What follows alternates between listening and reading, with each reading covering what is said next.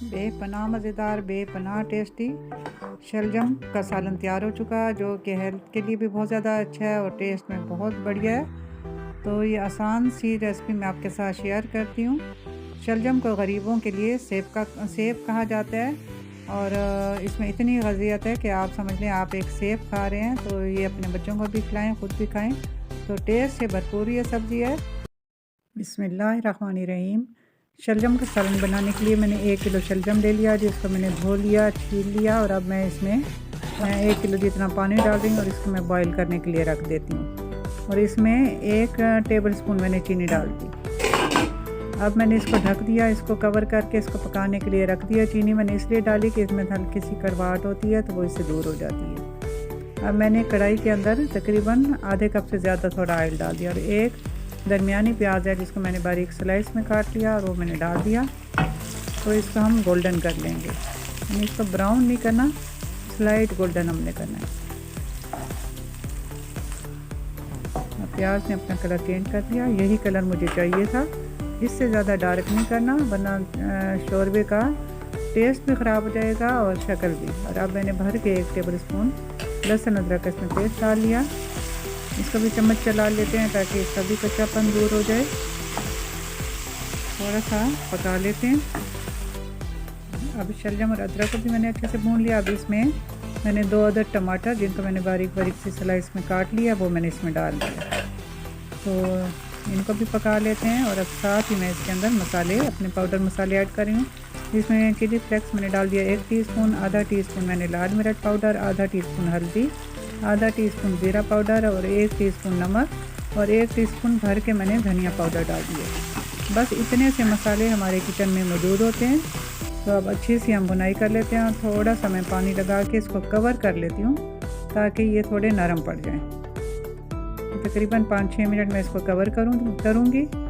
फिर इसके बाद हम क्या करते हैं मैं आपको आगे जाके बताती हूँ। इस वक्त हमने टाइम को बचाना है और मैंने इस उन्हीं प्याज का पेस्ट बना लिया, प्याज और टमाटर का पेस्ट बना लिया है। हमारे शलजम भी बॉयल हो चुके हैं और यहाँ पे हमने पेस्ट भी बना लिया। तो वक्त की बचत है, किचन में देर नहीं लगानी और झटपट से सालन तैयार करना है। तो उम्मीद है मेरा ये तरीका आपको अच्छा लगा होगा। अब मैंने थोड़ा सा कवर फिर कर दिया ताकि ये पानी खुश्क हो जाए। अब इसका पानी खुश्क हो गया और तरी ऊपर आ चुकी है, जो कि आप देख रहे हैं। अब मैं अपने तैयार शलजम जो कि फुल बॉयल हो चुके हैं वो इसमें डाल रही हूँ। तो झटपट से हमारा यूँ शलजम का सालन तैयार हो गया। तो अब मैं इसको भून रही हूँ अच्छे से। यहाँ पे भुनाई बहुत ज़रूरी है। थोड़ा सा मैंने पानी का छींटा लगाया और अब फिर इसको अच्छे से भूनना है। तो मेरे शलजम ज़्यादा नरम है तो मैं थोड़ी सी चम्मच कम मिला रही हूँ और मैं इसी तरह अपनी देगची को उठाकर हिला देती हूँ। तो अब मैं इस वक्त इसमें वही पानी जो शलजम का बचा हुआ था, जिनमें हमने ये शलजम बॉयल किए, वही पानी मैं डाल रही हूँ। आप जितना पानी चाहते हैं, जितना शोरबा उतना डालें और कवर कर दें।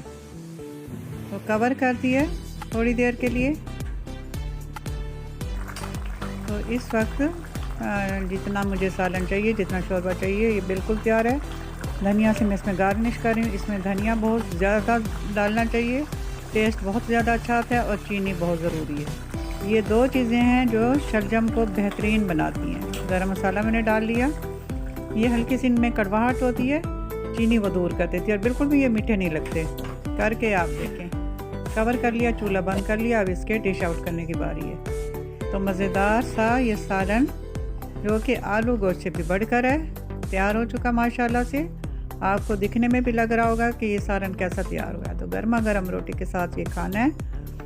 तो उम्मीद है मेरी आज की रेसिपी आपको अच्छी लगी होगी। अच्छी लगी है तो चैनल को सब्सक्राइब कर लें, वीडियो को लाइक कर लें, इस वीडियो को दोस्तों में ज़्यादा से ज़्यादा शेयर कर लें और लाइक तो बनता है। और मुझे आप कमेंट्स में बताएं कि आपको मेरी रेसिपीज़ कैसी लग रही हैं। अगर अच्छी नहीं लग रही जब भी बताएं, अच्छी लग रही है जब भी बताएं। अच्छी नहीं लग रही, जो कमी है मैं उसको इंशाल्लाह दूर करूँगी। अब मैंने तरी थोड़ी सी बचा ली थी, वो मैंने अब डोंगे के ऊपर डाल दी। अब इजाज़त चाहती हूँ, अल्लाह हाफिज़।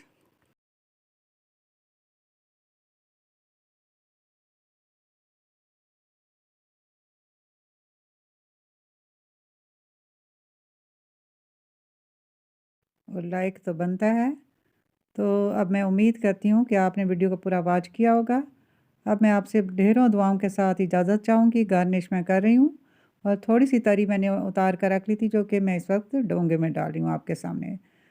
तो अब मैं आपसे इजाज़त चाहती हूँ। अल्लाह हाफ़िज़।